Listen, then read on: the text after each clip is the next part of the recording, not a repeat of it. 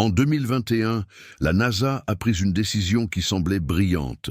Ils ont donné 4,4 milliards de dollars à SpaceX. En échange, Elon Musk a promis quelque chose d'incroyable, ramener des astronautes américains sur la Lune. Pas en 2030, pas en 2028, en 2025, 2025, il y a à peine un an. Et tout le monde a applaudi. Pause. Maintenant nous sommes en 2026. Et devine quoi? Il n'y a pas d'astronautes sur la Lune. Il n'y a pas de Starship prêt pour le voyage. Et des documents internes de SpaceX, divulgués à Politico, révèlent une vérité que la NASA ne veut pas que tu saches. La vraie date n'est pas 2025, ni 2026, ni même 2027. C'est septembre 2028, au minimum. Et voici le problème. Sean Duffy, le nouveau patron de la NASA, vient de faire quelque chose que personne n'attendait. Il a rouvert le contrat. En gros, il a dit à Musk, « Si tu ne peux pas le faire, on trouvera quelqu'un qui peut. » Aujourd'hui, je vais te montrer exactement comment on en est arrivé là. Pourquoi la NASA est désespérée et pourquoi, même s'il regrette, il est probablement trop tard pour changer de cap. Pour comprendre ce désastre, tu dois savoir comment tout a commencé. En avril 2021, la NASA a annoncé qu'elle avait choisi un seul gagnant pour son contrat d'atterrissage lunaire. Ce n'était pas Boeing, ce n'était pas Blue Origin de Jeff Bezos, c'était SpaceX, uniquement SpaceX. Et c'est là que l'histoire devient intéressante. Jeff Bezos n'a pas accepté la défaite. Il a poursuivi la NASA. Il a dit que le processus de sélection était injuste, que sa proposition était meilleure. Le procès a retardé tout le programme Artemis de presque 1 an. Et à la fin, Bezos a perdu. Un juge fédéral a rejeté l'affaire. La NASA avait raison. SpaceX était la meilleure option disponible. Mais cette année perdue, ils ne l'ont jamais récupéré. Et le prix de SpaceX était incroyable. Alors que Boeing et Lockheed demandaient des dizaines de milliards, SpaceX a proposé de faire le travail pour moins de 3 milliards initialement. La NASA était ravie. Le Congrès était ravi. Les fans d'Elon célébraient. Mais il y avait un problème. Un problème que personne ne voulait mentionner à voix haute. La fusée que SpaceX a promis d'utiliser, Starship, n'existait pas encore. Bon, elle existait sur papier. Elle existait en rendus informatiques. Elle existait dans l'imagination d'Elon Musk. Mais comme véhicule fonctionnel capable d'emmener des humains sur la Lune, non. Et ça aurait dû être un signal d'alarme. Mais la NASA a fait confiance. Ils ont fait confiance à l'historique de SpaceX, Falcon 9 Crew Dragon. Elon avait tenu parole avant. Pourquoi ne tiendrait-il pas parole maintenant? C'est là que l'histoire devient intéressante. Starship n'est pas une fusée normale. Pour atteindre la Lune, elle a besoin de quelque chose qui n'a jamais été fait dans l'histoire de l'exploration spatiale, le ravitaillement orbital. Laisse-moi t'expliquer ce que ça signifie. Starship monte dans l'espace, mais elle n'a pas assez de carburant pour atteindre la Lune toute seule. Elle a besoin qu'un autre Starship, un tanker, monte et lui transfère du carburant en orbite. Ça semble simple? Ça ne l'est pas. La NASA estime que Starship aura besoin de 10 à 12 ravitaillements avant d'avoir assez de carburant pour le voyage lunaire. 10 à 12 lancements séparés. 10 à 12 transferts de carburant cryogénique dans le vide de l'espace. Et quand je dis cryogénique, je parle de méthane liquide à moins 161 degrés Celsius et d'oxygène liquide à moins 183 degrés. Dans le vide de l'espace, où la température oscille entre moins 270 et plus 120 degrés selon que tu es à l'ombre ou au soleil. Garder ce carburant stable, sans qu'il bouille, sans qu'il se perde, pendant que 2 vaisseaux de 50 mètres s'amarrent en orbite, personne n'a fait ça, quelque chose qui n'a jamais été tenté à cette échelle. Et voici ce qui est inquiétant. En décembre 2025, SpaceX n'avait toujours pas démontré qu'ils peuvent le faire ne serait-ce qu'une seule fois. Ils ont fait des tests internes. Ils ont déplacé du carburant à l'intérieur d'un seul Starship. Mais transférer d'un vaisseau à l'autre, ça reste de la théorie, et la NASA a misé tout son programme lunaire sur cette théorie. Maintenant, soyons justes avec SpaceX un moment. Ils ont accompli des choses incroyables. En 2025, ils ont lancé 11 vols d'essai de Starship. C'est plus que n'importe quel programme spatial n'a tenté en un an. Et les 2 derniers vols étaient presque parfaits. L'étage Super Heavy est revenu et a été capturé par les bras mécaniques de la tour de lancement. Les images étaient impressionnantes. Le monde entier les a vues. Mais voici le détail que personne ne mentionne. Impressionnant ne signifie pas prêt. Et prêt pour les tests ne signifie pas prêt pour les humains. La différence entre une fusée qui fonctionne et une fusée certifiée pour transporter des personnes est énorme. Ce sont des années de tests supplémentaires, des systèmes redondants, des protocoles de sécurité. Et SpaceX n'a pas des années, parce que la Chine ne va pas attendre. Parlons de la Chine une seconde, parce que comprendre la Chine, c'est comprendre pourquoi la NASA est si désespérée. Le programme lunaire chinois s'appelle Chang'e, et il ne plaisante pas. Chang'e 5 a rapporté des échantillons de la Lune en 2020, Chang'e 6 a rapporté des échantillons de la face cachée de la Lune en 2024, et Chang'e 7, qui se lance cette année, va explorer le pôle sud lunaire, le même endroit où la NASA veut atterrir avec Artemis, le même endroit, les mêmes cratères, les mêmes ressources. La Chine a déclaré publiquement qu'elle prévoit de mettre des taïkonautes, sur la Lune avant 2030.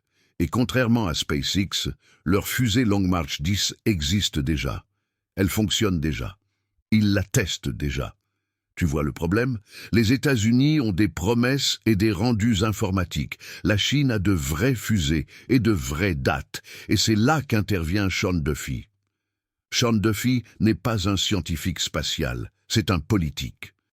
Ancien député du Wisconsin, secrétaire au transport du gouvernement Trump, et en octobre 2025, il est devenu administrateur par intérim de la NASA. 3 semaines plus tard, il est apparu dans l'émission Squawk Box sur CNBC. Et ce qu'il a dit a tout changé. Je cite textuellement. Le problème, c'est qu'ils sont en retard. Ils ont repoussé leur date. Et nous sommes dans une course contre la Chine. Pause. Donc je vais ouvrir le contrat. Je vais laisser d'autres entreprises concurrencer SpaceX comme Blue Origin.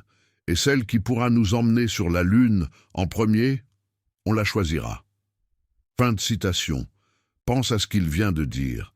Le patron de la NASA a admis publiquement que SpaceX échoue et qu'ils envisagent de les remplacer. Ce n'est pas une rumeur, ce n'est pas de la spéculation Internet. C'est l'administrateur de la NASA à la télévision nationale disant que le plan A ne fonctionne pas. Maintenant, Elon Musk ne s'est pas tu. Il a répondu publiquement en critiquant Duffy.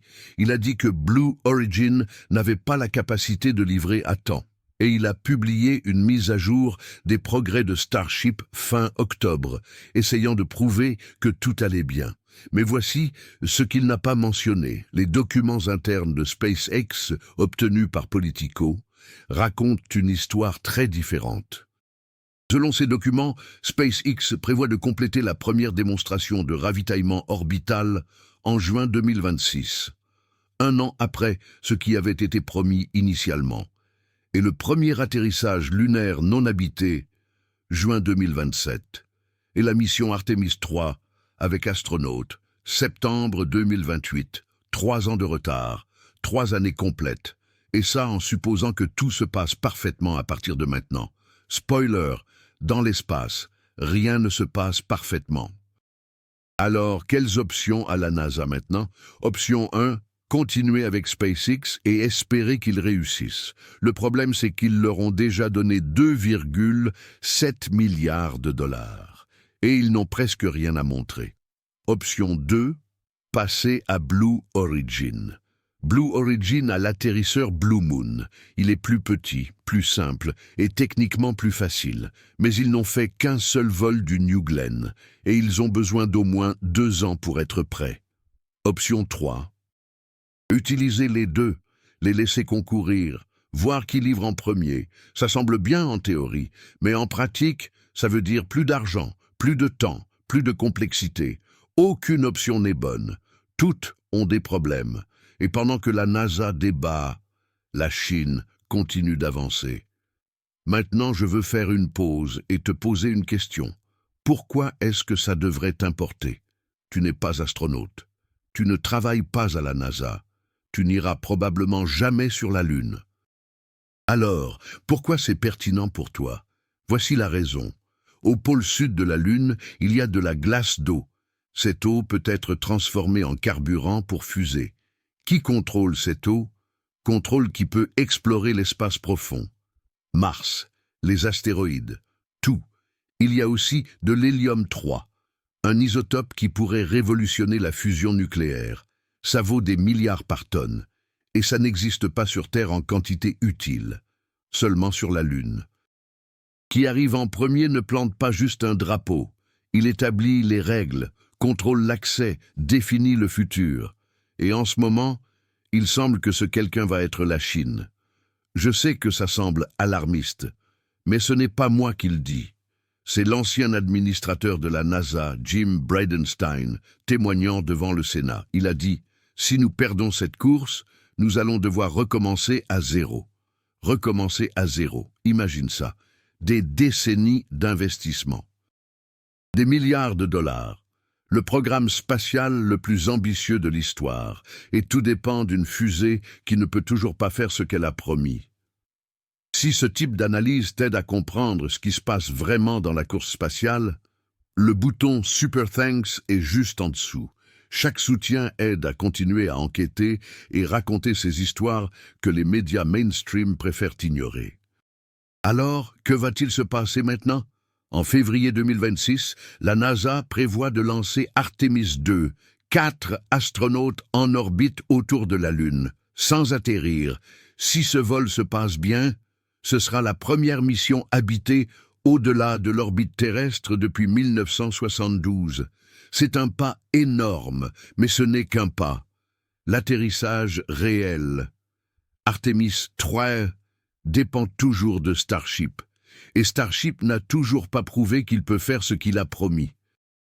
Pendant ce temps, la Chine a Chang'e 7 qui se lance cette année, Chang'e 8 en 2028, et une mission habitée programmée avant 2030. Ils construisent une station lunaire permanente. Elle s'appelle ILRS, Station internationale de recherche lunaire. Et ils ne sont pas seuls.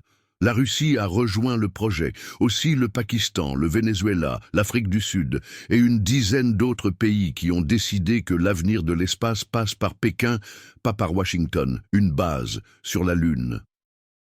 Avant que les États-Unis puissent même atterrir, c'est le contexte, c'est la réalité, et c'est ce que Sean Duffy affronte chaque jour quand il arrive au bureau. Il y a quelque chose de poétique dans tout ça. En 1969, les États-Unis ont atteint la Lune avec une technologie qu'on considérerait primitive aujourd'hui.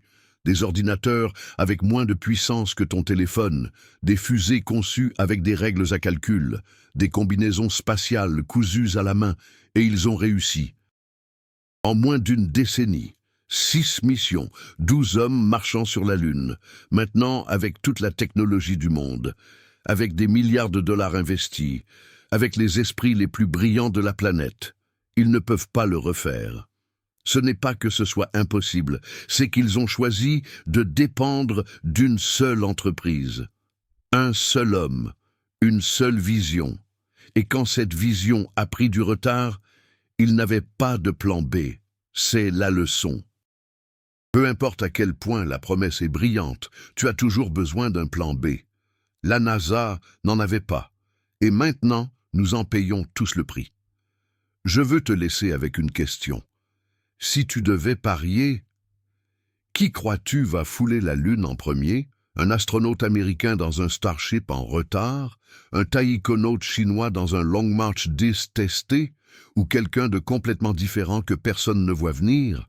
Dis-moi dans les commentaires. Parce que honnêtement, en ce moment, Je ne suis pas sûr de la réponse. Ce que je sais, c'est ceci. La course spatiale du XXIe siècle n'est pas comme celle du XXe siècle. Il ne s'agit pas de fierté nationale. Il s'agit de ressources, de pouvoir, de qui contrôle le futur.